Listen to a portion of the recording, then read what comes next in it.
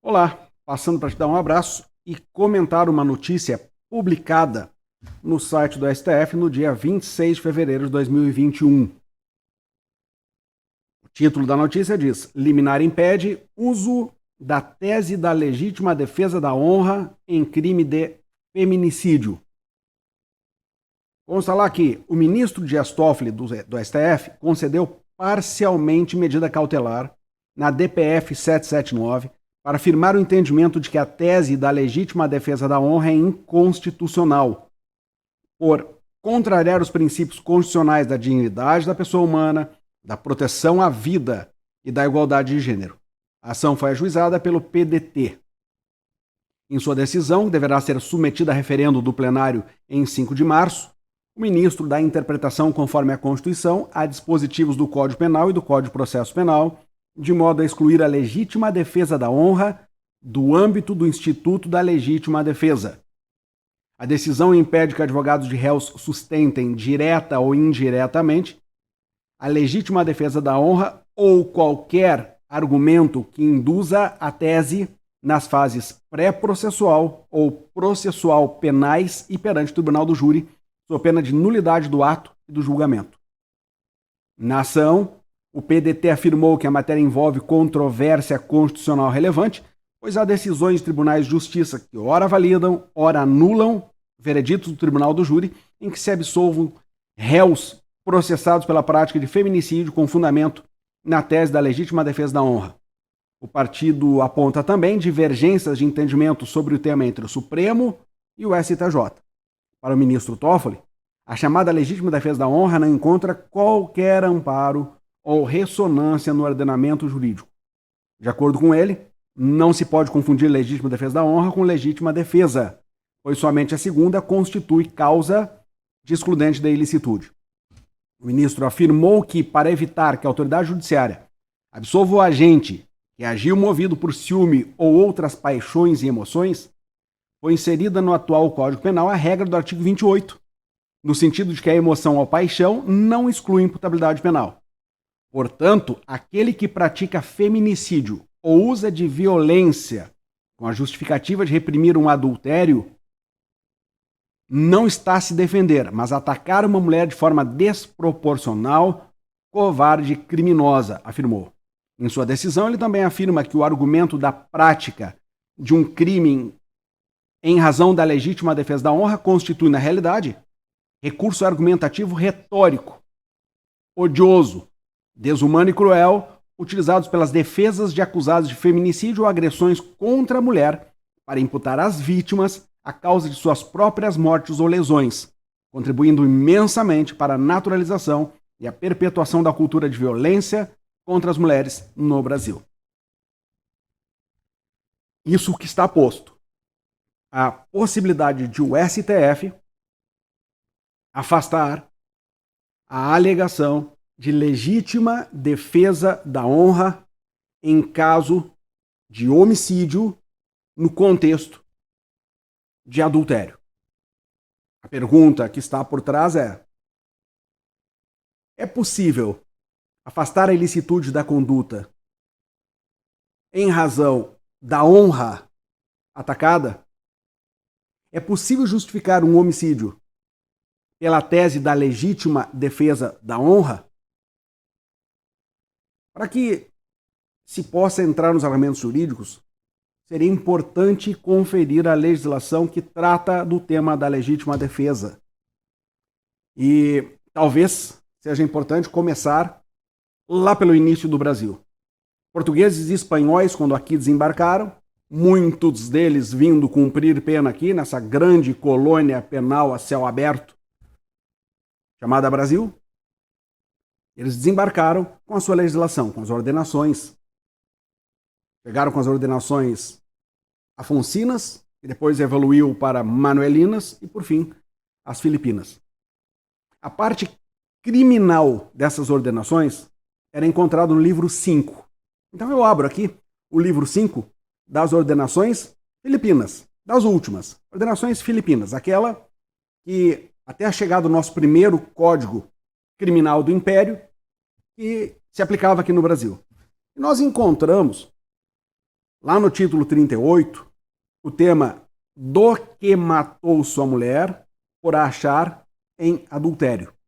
Nós vamos encontrar o item dizendo o seguinte: achando o homem casado sua mulher em adultério, licitamente poderá matar a si e a ela como adúltero, salvo se o marido for peão e o adúltero fidalgo, ou nosso desembargador, ou pessoa de maior qualidade. Porém, quando matasse alguma das sobreditas pessoas, achando-as com sua mulher em adultério, não morrerá por isso, mas será degradado para a África com pregão na audiência pelo tempo, que aos julgadores bem parecer, segundo a pessoa que matar, não passando de 3 anos. Deste infame texto, nós extraímos 2 conclusões: violência de gênero unilateral e proteção das castas. Ali se extrai que é lícito matar a mulher em caso de adultério. Não é lícito matar em caso de adultério. A mulher pode matar o homem pode matar a mulher, aquele que flagrar o outro em adultério pode matar. Não, é lícito ao homem casado matar a sua mulher quando flagrá-la em adultério. E também pode matar o amante, salvo se ele for peão e o amante for fidalgo. Ou então, mesmo que ele não seja peão, o amante seja nosso desembargador. Ou pessoa de maior qualidade. Pessoa de maior qualidade. Né? Porque tem pessoas de maiores e de menores qualidades. Então ali desembarca o colarinho branco e a violência de gênero. Isso é o que nós tínhamos. Legítima defesa da honra em caso de adultério. Muito bem. Nós abandonamos as ordenações e temos um regramento em 1830 já do Brasil. Então surge o primeiro Código Criminal do Império. O artigo 14 daquele Código Criminal do Império vai dizer: será o crime justificável e não terá lugar a punição dele, quando for feito pelo delinquente para evitar mal maior. Aqui tem está de necessidade, né? E aí ele vai explicar. Depois, parágrafo 2º, quando for feito em defesa da própria pessoa de seus direitos, quando for feito em defesa da família do delinquente. Parágrafo 4º, quando for feito em defesa da pessoa de um terceiro. E depois tem as explicações ali. Mas nós já não encontramos mais aqui a possibilidade de o homem matar a mulher em caso de adultério. Então, aquela previsão abjeta que existia lá nas ordenações não se repetiu na legislação essencialmente brasileira. Quando nós chegamos em 1890, nós já estamos agora no contexto da República, surge o primeiro Código Penal Republicano, de 1890. E aí nós vamos encontrar também excludentes de crime. Veja o 32, não serão também criminosos. Os que praticarem um crime para evitar mal maior, está a necessidade. Os que o praticarem legítima defesa própria de outrem. E aí tem as explicações acerca dessa legítima defesa. Certeza do mal que se propôs evitar, falta absoluta de outro meio menos prejudicial, probabilidade da eficácia do que se empregou.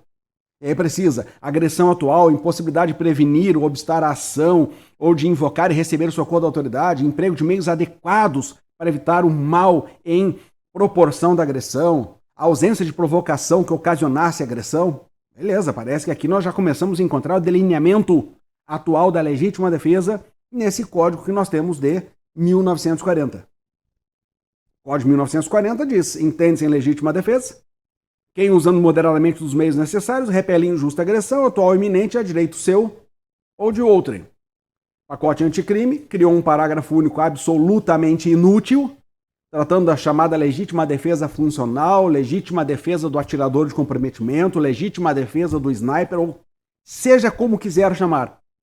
Porque isso aqui não vai passar de rótulo mesmo. Rótulo. Observar os requisitos previstos no caput desse artigo. Bom, se precisam os requisitos previstos no caput do artigo, então eu vou ter que chamar todos os requisitos da legítima defesa, tal qual a gente conhece. Considera-se também legítima defesa O agente de segurança pública que repele agressão ou risco de agressão é a vítima mantida refém durante a prática de crimes. Não colocou nenhum requisito a mais.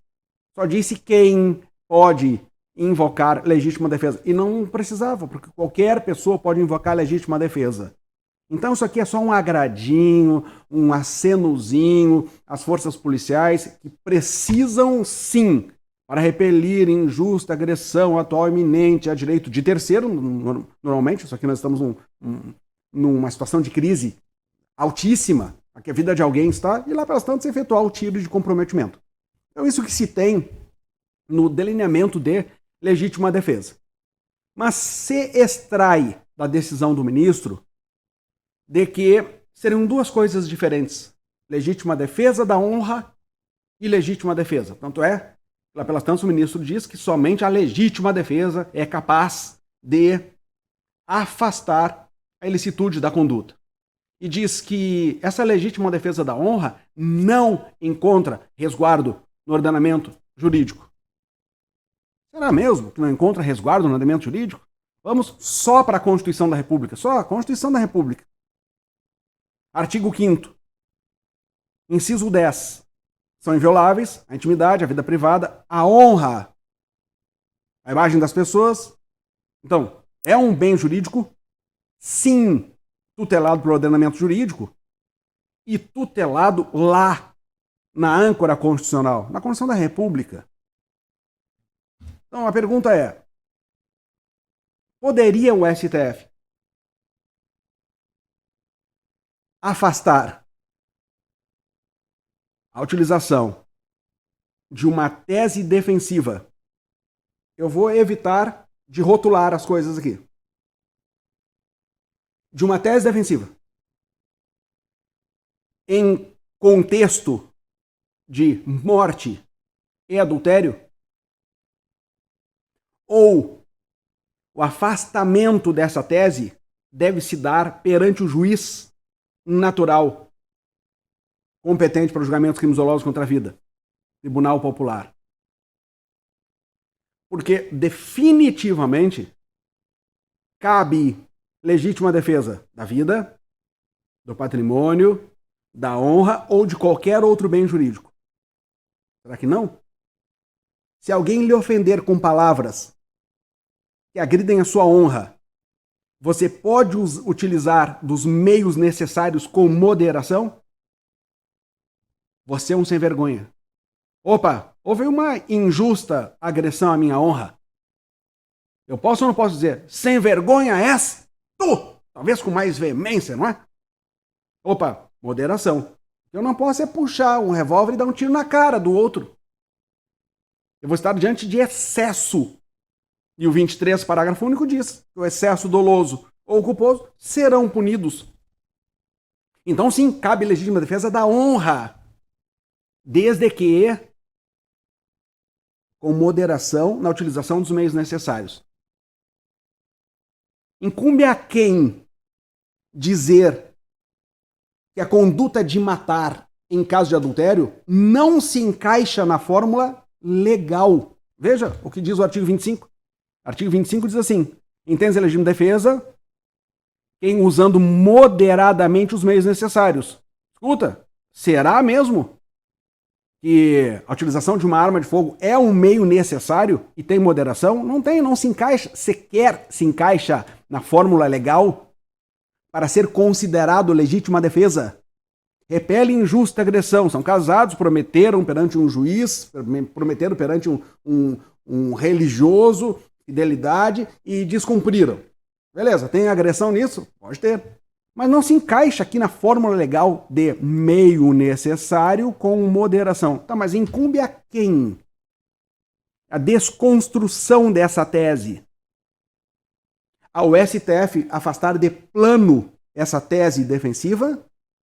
Ou ao Ministério Público, que estará em paridade de armas perante o tribunal do júri, mostrando aos jurados que sequer se encaixa esse argumento dentro do dispositivo justificante. Então aqui vão surgir dois argumentos. Um primeiro argumento vai dizer assim: não poderia o STF afastar ab início uma tese defensiva. Porque em se tratando de tribunal do júri, tem-se, nos termos do 5º 38, veja lá, ó, 5º inciso 38, 5º 38, ali, ó. Reconhecida a instituição do júri, com a organização que lidera a lei, assegurados a plenitude de defesa, que é mais do que a ampla defesa. Plenitude de defesa superior à ampla defesa.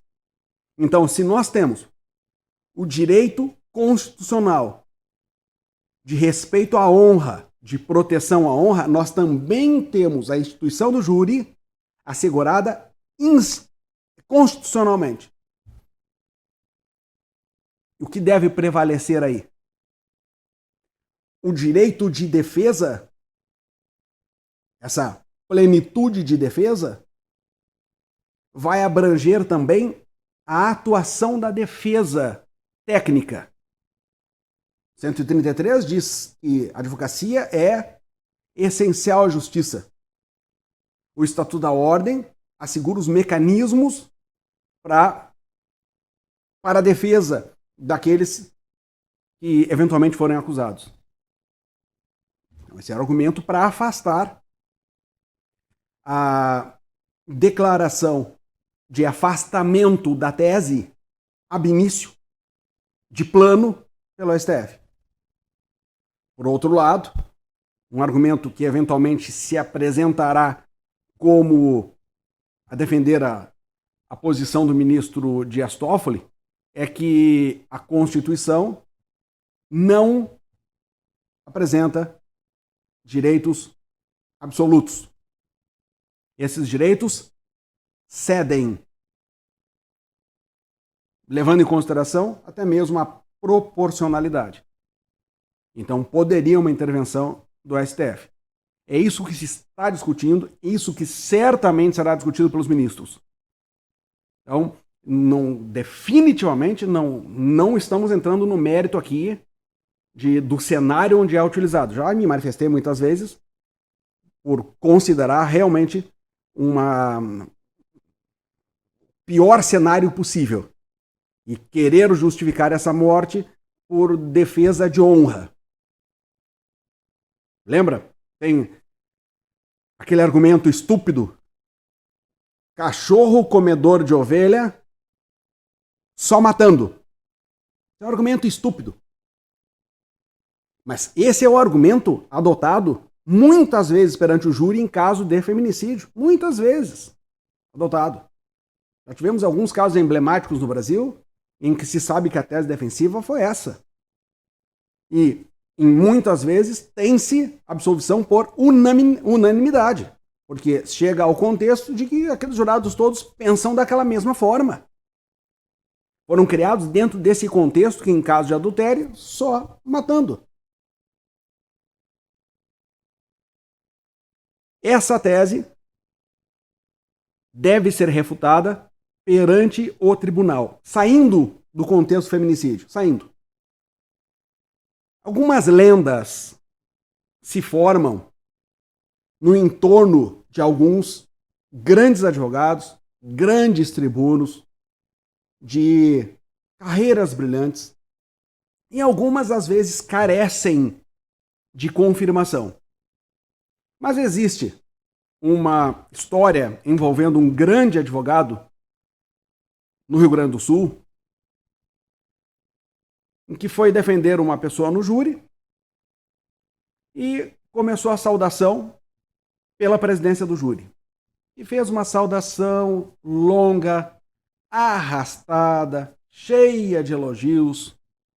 E lá pelas tantas, o juiz presidente do júri diz: olha, embora muito honrado com a saudação, coisa e tal, creio que Vossa Excelência possa evoluir, porque no final das contas, né, tem tempo aí, nós temos muita coisa para tratar aqui, demonstrando-se bastante incomodado com aquela saudação, se mostrava mais longa do que as comumente feitas naquele cenário. O advogado, conta-se que o advogado pede desculpas ao juiz, olha para os jurados e diz: Excelências, vejam, o nosso presidente, uma pessoa esclarecida, uma pessoa com uma grande capacidade, uma pessoa por seus méritos, está vestindo honrosamente aquela toga, se mostrou bastante incomodado, como os senhores viram, e com muita razão, aliás, por uma saudação, por palavras elogiosas. Imaginem, então, o meu cliente, que durante anos a fio era chamado continuadamente em público de corno pela vítima. Qual foi a tese implicitamente utilizada ali? Legítima defesa da honra. A pergunta é, para esse tipo de caso, vai-se ainda poder se valer da legítima defesa da honra? Porque não tem essa história de que legítima defesa é uma coisa e legítima defesa da honra é outra. Não, não. Uma coisa é gênero do que bens jurídicos tutelados. Então, a legítima defesa da vida, legítima defesa do patrimônio. Quando a gente estuda os ofendículos, quais são as teses? Os ofendículos podem ser exercício regular de direito ou legítima defesa pré-ordenada, com o que eu não concordo nessa. O que está em jogo ali? Patrimônio, essencialmente. Então, essa tese da legítima defesa da honra não poderá ser utilizada só no feminicídio? E se for o contrário? E se for a mulher que matar o homem por conta do adultério? Outro dia eu vi uma notícia aí, eu não atentei se os dois morreram ou se só a mulher morreu. E uma mulher estava desconfiada do marido, foi em determinado lugar e o encontrou lá em adultério e ele matou a mulher. Ela matou a mulher, isso foi certo, matou a mulher. Só não sei se o homem morreu também. Ah, vamos lá, o homem morreu também. Também não cabe a tese da legítima defesa da honra? Em nenhum caso vai caber? Ah, mas quem é que decide? É o STF já de plano que silencia ou limita a plenitude da defesa do júri? Ou isso tem que ser visto pelo tribunal do júri com possibilidades de recursos aos tribunais? É bem verdade. O que está em jogo aqui é a desnecessidade de fundamentação pelos jurados. Então, um advogado que, sabendo que, aspas, os valores ou a falta deles, em determinada sociedade, é um terreno fértil para determinada tese, aspas, fática e cultural, ele pode encaixar em um instituto jurídico aquilo que, tecnicamente, não se encaixaria. Não se encaixa matar alguém por adultério dentro do Instituto da Legítima Defesa. Não tem utilização de meios necessários, muito menos moderadamente. Não tem. Mas por mais habilidoso que seja o promotor, por mais habilidoso, talvez ele não consiga convencer os jurados por conta daquela tradição impregnada em todas as pessoas. Em todas. Homens e mulheres sentados ali. Pensar a mesma coisa. Cachorro que come ovelha, só matando. Fez muito bem, eu faria a mesma coisa. Implicitamente está passando na cabeça dos. Então, é isso que está posto. Você está assistindo esse vídeo. Deve já ter os seus posicionamentos. Veja, de novo, não se está aqui a minimizar a morte em circunstância alguma. Muito menos naquele cenário que vem lá das ordenações. Muito menos. O que está em jogo aqui é o conflito de disposições constitucionais. Plenitude de defesa no júri e os bens jurídicos que foram suscitados pelo ministro. Dignidade da pessoa humana, certo? Certo? Igualdade de gênero, correto. Quinto caput, todos são iguais perante a lei, sem distinção de qualquer natureza. É isso que está em jogo. É isso que nós vamos assistir os ministros do STF discutindo nessa DPF. Por enquanto, o que se tem em sede liminar e monocrático, que o ministro deu interpretação conforme. Ou seja, para dizer que não pode utilizar a tese da legítima defesa da honra em caso de feminicídio, em caso de adultério, em fase alguma. Na fase processual, qualquer uma das duas fases lá do plenário do júri, ou mesmo na fase pré-processual. Na fase pré-processual, praticamente a coisa não causa grandes efeitos. Lá na fase do inquérito, que inquérito, de regra, tem uma defesa muito, muito limitada. Mas o que faz sentido é lá no julgamento em plenário do júri. Então, pelo menos liminarmente, isso está proibido. E não é só uma referência explícita, e sim também uma referência implícita que possa se levar, fazer os jurados chegar à conclusão de que o que está por trás dos argumentos é a legítima defesa da honra. A ser referendado a decisão do ministro Dias Toffoli, os membros do Ministério Público ficarão completamente atentos à linha defensiva para, lá pelas tantas, invocar